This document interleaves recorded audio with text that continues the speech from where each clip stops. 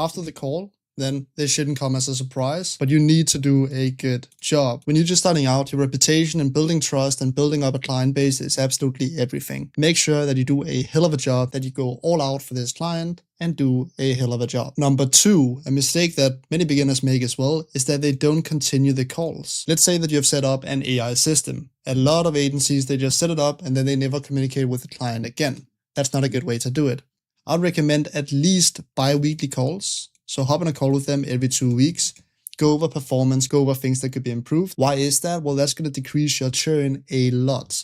Let's say you're charging $2,000 a month, doing continuous calls bi-weekly will probably decrease your churn to something like 5% or something, where many agencies have upwards of 20 to 30% churn. If they have 30% churn, it means that a client on average only stays for 3 months. There's another reason to why we do bi-weekly calls. This is 2 steps that almost every beginner they miss. They don't upsell. Let's say that you've just helped someone build a very, very cool website. You don't stop providing services there. Then you ask, well, do you also want an AI to pick up the phone calls from the people that call you now because now you have a good website? Or, well, I just helped you build this website. Do you also want to send additional traffic with Google Ads to this site to get more customers? You always keep upselling. And if you don't have it already, then come up with ideas that could help their business further. Upselling is a way to increase your lifetime value, also called LTV, which is the total amount of money that your client pays you over their lifetime as a client. Upselling is the best way to increase LTV without increasing the cost of acquiring a client. You've already acquired this client. It doesn't cost you anything more just to hop on a call with them and say, well, do you also want this? And then charge for that as well, of course. And it doesn't stop there. And again, another reason to why we do bi-weekly calls. You also want to ask for referrals. Referrals is another way to get more customers without paying for anything. You're not paying for additional cold emails. You're not paying for additional connections on Upwork. This is free clients if you just ask for referrals. So many beginners, when they start out,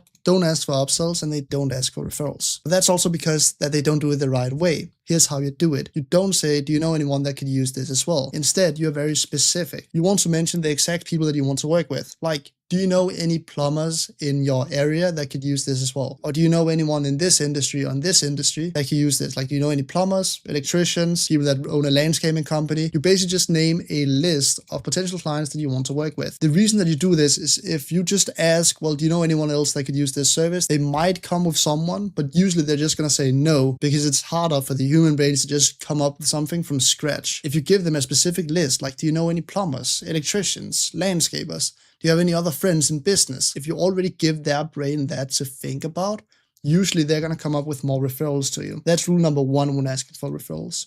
Rule number 2 is that you always want to give a commission. If someone refers you to a very, very big company, you can give them 20% of your revenue. That is fine. You're going to get way more referrals if you actually incentivize people to refer you, saying, well, you're going to get 20% of whatever they pay me.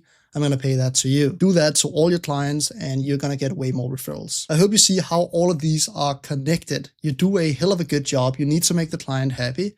And a part of making the client happy and treating them well is also to give them the time every 2 weeks. And only if you do a good job, then they also want to refer you to their friends. It all stems from actually being good at what you do and doing a good job. Great, I hope you found this section of the course valuable. I would honestly take all of these things, write them down so you have them and so you remember them. Look over them daily because these rules are literally going to save you thousands of dollars, if not tens of thousands of dollars through your AI agency career. All right, the next part of the course is also very important because that's how you actually do the service delivery. And I have an insane trick that's going to save you so much time prompting Claude and basically have the product delivery ready before you even leave the call with the client. It's insane.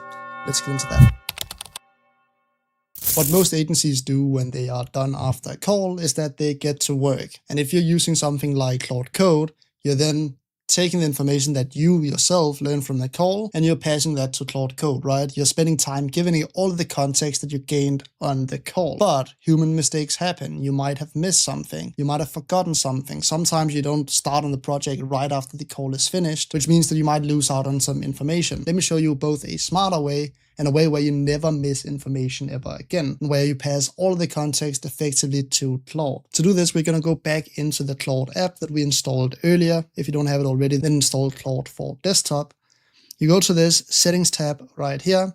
Then you go to connectors and now they moved it. So you go into customize. That's going to show all your MCPs right here. Click this plus right here and click browse connectors and then search for Fathom or the note taker that you are using. On my calls, I'm using something that's called Fathom, which basically records my calls, and it gives me a transcript. This makes it very, very easy for us to just say, hey Claude, I just finished the call, go in and check the transcript and get all of the context. I'll recommend that you click this from needs approval to always allow, and now the Fathom MCP is connected. So if we go down and restart Claude, because every time you can install a new MCP, you need to restart Claude, and we then write /MCP, you can now see that the Fathom MCP has been connected. And if I click in on it and I click view tools, you can see we can get list teams, list meetings, find person, and these two are probably the most important, get meeting summary and get meeting transcript. So let's test the connection. So let's go in and find this call that I had with the team on March 6 and say, I had this call,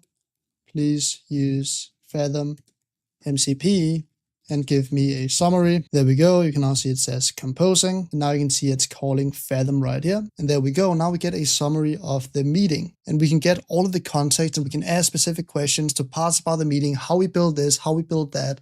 This is extremely useful if you're just starting out, because then Claude have insights into everything and can help you build anything that you want that you say on the call that you can build. So if a client wants a website that can do some specific thing, you can have Claude read through this transcript, build the entire plan for you, and then build everything out from you directly based on the call. Very, very useful to know. You should use this for every single meeting that you finish. All right.